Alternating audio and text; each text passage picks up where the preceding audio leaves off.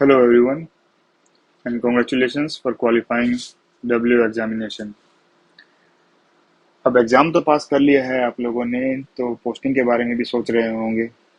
तो आइए इस वीडियो में जानते हैं कि क्या पॉलिसी है पोस्टिंग की, फर्स्ट पोस्टिंग की, और कितनी वैकेंसीज कहाँ कहाँ पर हैं, जिससे आप लोगों को ये आसानी रहेगी कि चॉइस फिल करने में आपको हेल्प मिलेगी। तो ये देखते हैं क्या पॉलिसीज हैं ट्रांसफ़र की डब्ल्यू में। फर्स्ट पोस्टिंग कहाँ हो सकती है? जहाँ आप ऑलरेडी, जिस स्टेशन पे आप ऑलरेडी काम कर रहे हैं वो आपको नहीं मिलेगा, उससे अलग स्टेशन ही दिया जाएगा। मान लीजिए आप दिल्ली में काम कर रहे हैं तो आपको दिल्ली नहीं दिया जाएगा, आपको दूसरा कोई स्टेशन दिया जाएगा। आप आगरा में काम कर रहे हैं तो आपको आगरा नहीं दिया जाएगा, दूसरा कोई स्टेशन दिया जाएगा। ठीक है, सेम स्टेशन आपको नहीं मिलेगा। और पहली पोस्टिंग जो होती है डब्ल्यू एग्जामिनेशन क्वालिफाई करने के बाद, वो CGA, PFMS और इनगैप में नहीं मिल सकती आपको।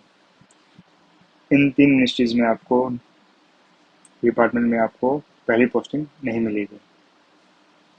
जब भी पोस्टिंग की ऑर्डर आपको मिल जाएंगे उसके 30 दिन के अंदर अंदर आपको रिलीव करना होगा डिपार्टमेंट को, अदरवाइज 30 दिन के बाद आप डीम टू बी रिलीव्ड मान लिए जाएंगे। प्रमोशन, अब आउट स्टेशन जाने के बाद टेन्योर क्या होगा वापस आने का? अगर आप इन 4 जगहों पे जाते हो, north east, Jammu and Kashmir, Andaman Nicobar and Lakshadweep, in 4 station पे अगर आपकी पहली पोस्टिंग होती है तो आप 2 साल के अंदर अंदर वापस आने के लिए रिक्वेस्ट कर सकते हैं, और जहाँ पे भी वैकेंसी होगी आपको वहाँ पोस्ट कर दिया जाएगा। और कहीं किसी भी स्टेशन पे अगर आपकी पहली पोस्टिंग आती है तो आपका जो टेन्योर होगा वो 3 साल होगा। 3 साल के बाद ही आप अपना स्टेशन बदल पाएंगे। कहते हैं कि जो ये फर्स्ट पोस्टिंग जो है आउट स्टेशन होगी, ये कई लोगों के लिए टेंशन की बात होती है। तो इससे एग्जाम्प्ट कौन कौन हो सकता है? इससे एग्जाम्प्ट हो सकते हैं वो वुमेन ऑफिसर्स जिनके हस्बैंड भी उसी स्टेशन पे, अभी जो एग्जिस्टिंग स्टेशन है उस पर काम कर रहे हैं, या जो पर्सन्स विद डिसेबिलिटी, मेंटल और फिजिकल डिसेबिलिटीज वाले ऑफिसर्स हैं, या ऐसा कोई ऑफिसर जिसको खुद को, उसके स्पाउस को या उसके बच्चों को कोई लाइफ थ्रेटनिंग डिजीज है, उनको भी एग्जाम्प्ट किया जा सकता है। ये जरूरी नहीं है कि उनको एग्जाम्प्ट किया ही जाएगा, बट उनको प्रेफरेंस दी जाएगी एग्जाम्शन में कि उनको सेम स्टेशन पे पोस्टिंग दी जाए, उनको कंसिडर किया जाएगा depending on the vacancies available. ठीक है। हाँ, हस्बैंड्स को भी, तो यहाँ पे वुमेन्स को प्रेफरेंस दे रहे हैं, हस्बैंड को भी दिया जाएगा, लेकिन उनको लास्ट प्रेफरेंस मिलेगी। इन तीनों को पहले प्रेफरेंस मिला जाएगा। फिर भी अगर वैकेंसी बचती है तो हस्बैंड्स जिनकी वाइफ सेम स्टेशन पे काम कर रही है उनको भी प्रेफरेंस दी जाएगी। अब बात करते हैं, अगर किसी को प्रमोशन मिल गया और वो प्रमोशन को रिफ्यूज करता है तो क्या प्रोसेस होगा? फर्स्ट ऑफ ऑल, केवल मुझे बाहर नहीं जाना है इस ग्राउंड पे अगर आप रिफ्यूज करते हो तो वो एंटरटेन नहीं होगा, आपको प्रमोशन आप रिफ्यूज नहीं कर पाओगे उस चीज़ के लिए।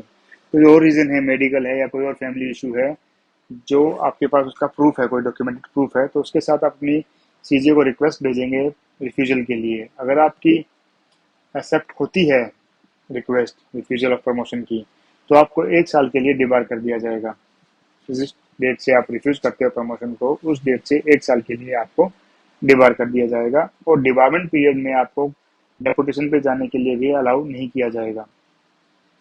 जैसे ही आपका डिबारमेंट पीरियड एक्सपायर होता है, उसके बाद जो भी DPC बैठेगी प्रमोशन के लिए, तो आपका नाम भी कंसिडर किया जाएगा। और अगर आप प्रमोशन लेते हैं उस टाइम भी, तो भी आउट स्टेशन पे ही भेजा जाएगा, सेम स्टेशन आपको तब भी नहीं दिया जाएगा।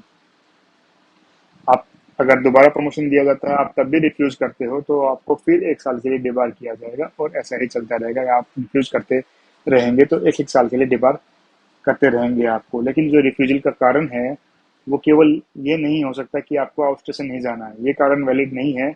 इसके अलावा कोई भी मेडिकल, फिजिकल या फैमिली ग्राउंड है जो CGA को लगता है कि सेटिस्फैक्ट्री लगता है, तो ही आपकी जो रिक्वेस्ट है वो एक्सेप्ट होगी रिफ्यूजल ऑफ प्रमोशन की, अदरवाइज आपकी रिक्वेस्ट एक्सेप्ट नहीं होगी। अब बात करते हैं कि कितनी वैकेंसीज हैं और कहाँ कहाँ किन लोगों ने ऑलरेडी ट्रांसफ़र की रिक्वेस्ट दे रखी है। तो करंट पोजीशन क्या है, कहाँ आप अप्लाई कर सकते हैं, उस बेसिस पे आप अपनी चॉइसेस फिल कर लेंगे तो बेनिफिशियल रहेगा। हम एनालिसिस करेंगे कि कहाँ कितनी वैकेंसी, सैंक्शन स्ट्रेंथ कितनी है, ऑलरेडी कितनी ऑक्यूपाइड हैं, और ऑलरेडी आपके सीनियर्स जो हैं डब्ल्यू, उन्होंने कितना रिक्वेस्ट डाल रखा है वहाँ पे आने के लिए, और नेक्स्ट स्टेटस क्या है वहाँ पे वैकेंसी का, वो सब हम एनालिसिस करेंगे, जिसके बेसिस पे आपको काफ़ी बेनिफिट होगा ये डिसाइड करने के लिए कि कहाँ पे आपको पोस्ट मिल सकती है और कहाँ पर नहीं। आइए देखते हैं, सबसे पहले देखते हैं ये सैंक्शन स्ट्रेंथ। ये जून 2020 का डाटा है, सीजे की वेबसाइट से पे अवेलेबल है। इसके अकॉर्डिंग डिफरेंट डिफरेंट स्टेशन पर वैकेंसी दी गई है कि कितनी वैकेंसीज हैं। ठीक है, और ये डाटा है अप्रैल 2022 का, कि किस स्टेशन पर कितने लोग पोस्टेड हैं, कहाँ कहाँ कितने लोग अभी इन पोजीशन पोस्टेड हैं। ये तो लेटेस्ट डाटा है अप्रैल 2022 का। ठीक है, और ये है जून 2022 का डाटा कि किन लोगों ने कितनी रिक्वेस्ट दे रखी है ट्रांसफर की, कौन कहाँ जाना चाहता है। तो इन सब चीज़ों को एनालाइज करके हमने एक्सेल शीट बनाई है। ये है जून 2020 की सैंक्शन स्ट्रेंथ कि कहाँ पर कितने पोजीशंस हैं। ये है इन पोजीशन, कहाँ पर कितने लोगों ने ज्वाइन किया हुआ है ऑलरेडी। ठीक है, यहाँ पर हमने लिखा है कि किन लोगों ने कहाँ कहाँ ट्रांसफर की रिक्वेस्ट दी है। ठीक है? तो फाइनल हम देखेंगे, तो हमने पूरा एनालिसिस किया है इस चीज़ का कि कहाँ कितनी वैकेंसीज हैं, कितनी सैंक्शन स्ट्रेंथ है, कितनी इन पोजीशन है, कितनों ने वहाँ से बाहर जाने का रिक्वेस्ट दिया है, कितनों ने वहाँ पे आने का रिक्वेस्ट दिया है। तो नेट अगर हम देखें तो ये डाटा एनालिसिस करने के बाद आता है, जैसे अगरतला में 8 लोग हैं, 8 स्ट्रेंथ है, 7 पोजीशन फिल्ड है, वैकेंसी 1 है। अब उन 8 लोगों में से, उन 7 लोगों में से 4 लोगों ने बाहर जाने के लिए रिक्वेस्ट दिया हुआ है, अलग अलग जाने का रिक्वेस्ट दिया हुआ। कहाँ कहाँ दिया है देखते हैं। अगरतला से एक को जाना भागलपुर, 3 लोगों को जाना कोलकाता, इन 4 लोगों ने रिक्वेस्ट दिया हुआ है। बट ऐसा नहीं है कि चारों की रिक्वेस्ट एक्सेप्ट होगी, क्योंकि जहाँ जहाँ उन्होंने रिक्वेस्ट दी है वहाँ पे वैकेंसी भी होनी चाहिए। कोलकाता में वैकेंसी नहीं है, इनसे भी, जिन लोगों ने ये दिया है इनसे भी सीनियर लोग हैं जिन्होंने कोलकाता के लिए अप्लाई कर रखा, तो पहले उनको प्रेफरेंस मिलेगी। तो इन 4 पोस्ट में से केवल एक बंदे की ही रिक्वेस्ट एक्सेप्ट होगी। तो हम अगर देखें, टेक्निकली देखें तो क्या आएगा, 8 लोग हैं, 7 फील्ड हैं, एक अभी वैकेंसी है नेट के हिसाब से। अब ट्रांसफर रिक्वेस्ट आउट कितनी है, 4 लोगों ने दिया था, 4 लोगों ने रिक्वेस्ट दिया था, लेकिन एक की ही एक्सेप्ट होगी। अगर ट्रांसफर करेंगे तो एक की ही एक्सेप्ट होगी, जिसको कोलकाता भेज देंगे। ठीक है, तो फाइनली क्या होगा, एक बंदा यहाँ से चला जाएगा, बाकी जिनकी तो रिक्वेस्ट एक्सेप्ट नहीं होगी, क्योंकि उन्होंने उस जगह पे रिक्वेस्ट की है जहाँ पे ऑलरेडी वैकेंसी नहीं है। तो अगरतला से केवल एक ही बंदा बाहर जा पाएगा। तो नेट वैकेंसी कितनी होगी, 2, एक तो ऑलरेडी है, और एक बंदा क्या होगा, वहां से अगरतला से निकल के कोलकाता चला जाएगा और यहाँ पे वैकेंसी आ जाएंगी 2। तो इस तरह से हमने सारे स्टेशन की वैकेंसी का एनालिसिस किया है। जैसे आगरा है, आगरा में 6 वैकेंसीज हैं, 3 ऑलरेडी फिल्ड हैं, 3 वैकेंट हैं। और आगरा में ऑलरेडी 3 रिक्वेस्ट आ रखी हैं, तो इन पोजीशन के हिसाब से 3 वैकेंसी है। लेकिन आप तो अभी ज्वाइन करेंगे, आपसे लोग सीनियर्स हैं, उन्होंने 3 रिक्वेस्ट दे रखे हैं कि हमें आगरा आना है। तो नेट वैकेंसी आगरा की कितनी है, 0, क्योंकि जब आपका ट्रांसफर पोस्टिंग होगा तो उनसे पहले जिन लोगों ने रिक्वेस्ट दे रखी है उन लोगों को उस स्टेशन पे भेज दिया जाएगा। तो नेट वैकेंसी जो है आगरा में कितनी होगी, 0। इस तरह से हमने हर स्टेशन वाइज वैकेंसीज को एनालिसिस किया है कि कितनी वहाँ पे सैंक्शन स्ट्रेंथ है, कितनी ऑलरेडी फील्ड है, कितने लोगों ने वहां से ट्रांसफर आउट की रिक्वेस्ट दिया है, कितने लोगों ने वहां पे ट्रांसफर इन का रिक्वेस्ट दिया है। तो हम नेट वैकेंसी पे फोकस करेंगे। इससे आपको काफी हेल्प मिलेगी कि किस स्टेशन पर कितनी वैकेंसीज अवेलेबल हैं। मैं स्लोली स्क्रॉल करूंगा, जिससे आप अपना मन चाह स्टेशन देख पाएंगे कि किस स्टेशन पे आपकी कितनी वैकेंसीज हैं। आप नेट वैकेंसी पे फोकस करना। ये मैंने आपको बता दिया कि मैंने कैसे इस चीज़ को एनालाइज किया है और कैसे मैं इस चीज़ पे अराइव किया हूँ। ठीक है, तो अहमदाबाद में एक वैकेंसी है, जवाल में 3 वैकेंसी है। अब देखते रहेंगे, जहाँ पे 0 वैकेंसी है वहाँ पे आपको प्रेफरेंस देने की कोई ज़रूरत नहीं है। तो इससे बढ़िया आप किसी उस पोस्ट पे दीजिए जहाँ पे कोई आपको मिनिस्ट्री बढ़िया मिले, जिससे आपको कुछ बेनिफिट हो वहाँ पर मिनिस्ट्री का, अगर स्टेशन आपको नहीं मिल पा रहा है मन मर्जी का। ठीक है, तो मैं स्लोली स्क्रॉल करूँगा। आप आपका जो भी रिलेटेबल स्टेशन है आप उसकी वैकेंसीज देखते रहना कि कहाँ कितनी है।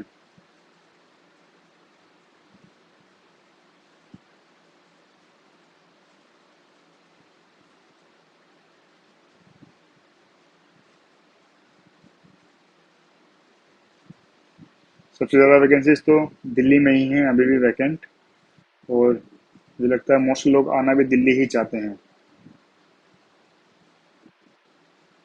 चेन्नई में भी बहुत वैकेंसी हैं, 58 वैकेंसीज हैं, और फिर मुंबई में भी बहुत ज़्यादा वैकेंसी हैं। यहाँ लोग कम प्रेफर करते हैं। ये रही दिल्ली, दिल्ली में 273 है। 962 वैकेंसी स्ट्रेंथ है, 655 ऑलरेडी फिल्ड है, 307 वैकेंसी बच गई। इन 655 में से 19 लोग बाहर जाना चाहते हैं। जाना तो बहुत लोग चाहते हैं बाहर वहां से। अगर हम दिल्ली की बात करें तो 57 लोग बाहर जाना चाहते हैं, लेकिन वो ऐसी ऐसी जगह पे केवल 19 की ही रिक्वेस्ट एक्सेप्ट होगी। बाकी ऐसे लोग हैं जिन्होंने जो रिक्वेस्ट दी है वहाँ पे ऑलरेडी वैकेंसी नहीं है, तो उनको ट्रांसफर नहीं करेंगे क्योंकि वहाँ पे वैकेंसी ही नहीं है जहाँ पे उन्होंने रिक्वेस्ट किया है। तो केवल 19 लोगों की रिक्वेस्ट एक्सेप्ट होगी और 53 लोगों ने दिल्ली में आने के लिए रिक्वेस्ट किया है।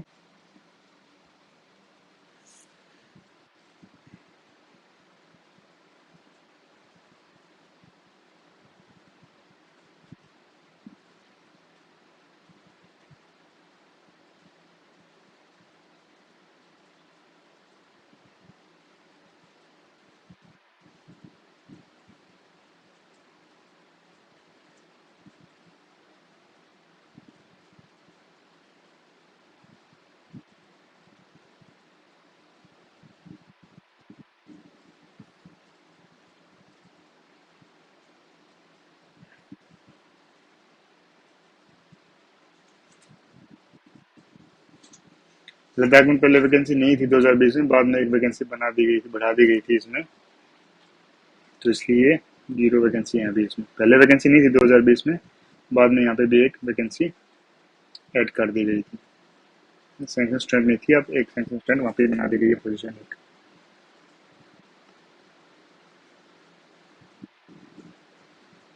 मुंबई में भी बहुत वैकेंसीज हैं, मुंबई चेन्नई दिल्ली में बहुत ज़्यादा वैकेंसीज हैं।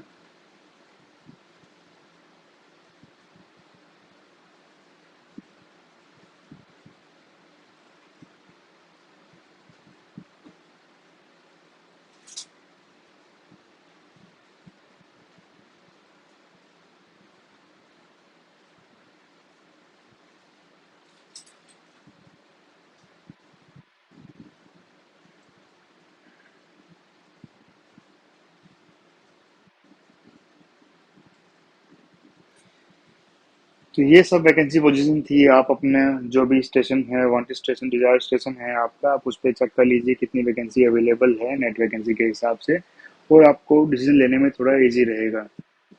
मैंने लिंक में एक फॉर्म भी डाल रखा है, अगर आप उसको फिल कर देंगे तो हमारे पास पहले से ये ग्रेजुएशन लिस्ट तैयार हो जाएगी और हम पहले ही प्रेडिक्ट कर पाएंगे कि किसको कहाँ पोजीशन मिल सकती है। तो आज के लिए इतना ही है। Thank you very much.